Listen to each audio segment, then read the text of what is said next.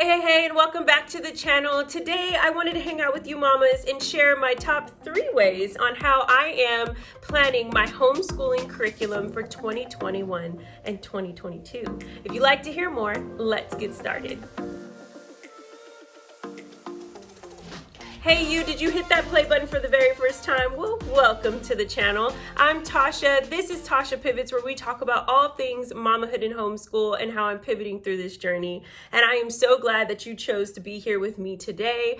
It is March and I am already in my brain is in plan mode, and I love that because it's my back to school, if you will, time where I am ready to lay down all the things, get ready for the new year for school, and figure out what is it that I need to do, how do I need to plan it out. And so I wanted to share that with you guys because if you're new to homeschooling, or if you're an existing homeschooler and you're like, okay, my children are transitioning from one age or one group, one subject to another, and we really want to be on top of it, I wanted to do that in real time in a way with you guys and how we are doing it right now. So the first things first that I have for you, that is my first top way, is to organize and assess. Organizing and assessing means if you're an existing homeschooler or even new, this is the time to pull all of your resources, all of the curriculums that you've been thinking of or have been doing. So for me, since I'm an existing homeschooler, I love to lay out all of my curriculums out on the table and now assess them and say, okay, how did this work with my child? How did she respond or he respond to that subject and this type of style of learning, whether it was a Charlotte Mason style, Montessori, classical, or even just like a unit study, if you will. How did my child respond to this? And did we enjoy this? Did we find it to be more challenging, or did we find it to be boring? All of the questions, all of the thoughts, this is the time to do that. So I like to lay that down, kind of assess each one. And if you're new to homeschooling, you're like, I don't have all of this pre-knowledge of my child and how they're going to respond to it. This is the time for you to head up those Pinterest boards, those saved little sections in your Instagram, and all the notes that you might have been saving for this time as you've been preparing to say, I want to transition my child into homeschooling and start learning with them. Pull all those things out and get all the details so that you can see them all in one place. Now, number 2, once you have organized and assessed everything, I love to map it out. So what does that mean? For me, I like to, again, have everything laid out on the table. I also have my Anna's planner here that I'm going to show you, where I have a section in that planner because Anna's amazing and she's always on top of it when it comes to what us homeschool moms need. I can't thank her enough for these beautiful planners. There's a section that says future curriculum notes.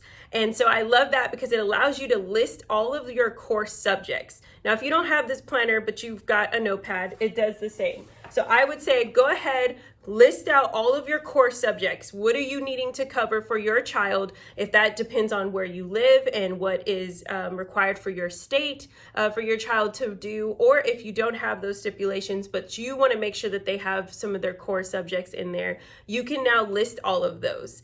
After you've listed those, then I like to map out in the middle where I can say, okay, this is where I would get this curriculum from. So for us, for a perfect example here is my daughter's handwriting. She loves handwriting. We're going to continue to progress with her handwriting and cursive writing. And I know that I found this at The Good and the Beautiful. So I love this. I'm going to be doing this in the future. I'm going to go ahead and map it out. So handwriting, we're getting it from The Good and the Beautiful. I can put the price. I can even put where to find it. Same thing for, we will do the well-brain trained child. Sorry, for the writing with ease. We're going to continue with that. I loved that. My child loved that. It is allowing her to learn the principles of how to write and what to use with punctuation and grammar. And so we will continue that. I can put where it's found, what the cost is right here on the side. And that's what you're going to do. Map out every subject that you're going to cover,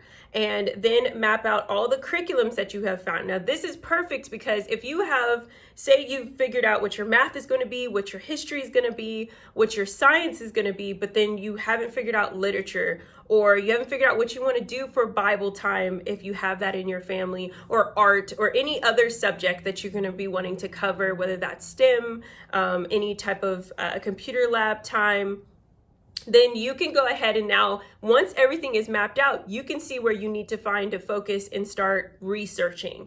And I would say that that's like a subpart of my two of just mapping it out, is you doing the research and finding out where do I best want to use my resources, and where could we get the best education for my child to have for that subject.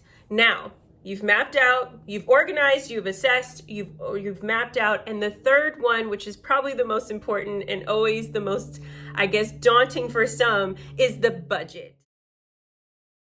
I love to have everything written out so that then I can see the cost for everything. And now it's time for me to budget. How am I going to purchase these curriculums? When am I going to purchase these curriculums? And or when is it best to do so? And so for me, the reason why I start in March is because like last year when everything happened in the world, a big influx of homeschoolers and new homeschoolers in this pandemic really shifted everything. And so a lot of people were surging, trying to get resources, supplemental work, supplemental education for their kids because they were at home. And when that happened, all of us existing homeschoolers found ourselves kind of in a pickle. If we didn't organize and plan ahead of time, then we found ourselves on waiting lists for certain curriculums. And so I love to map things out now so that I can start purchasing things along the way. And so for me, I've shared with you guys, I don't try to buy everything all at one time. I do create a decent budget so that I can see what is realistic for each child, and what is it that I'm going to be buying throughout the year, and what is it that I need to specifically buy right now so that we can be prepared for her new year. If you'd like to hear more on how I budget and want to see a video on that, please put it in the comments below so that I can know to get on started on that for you guys. If you like this video, please give it a thumbs up. Let me know if you have any questions on what I've shared today as far as how I am going about preparing for my curriculum for 2021-2022. I thank you so much for being here with me. And if you haven't hit the subscribe button yet, you've got to do so you can join me every week. Until next time, thank you so much for being here, and you guys have a wonderful day. I'll talk to you later. Bye.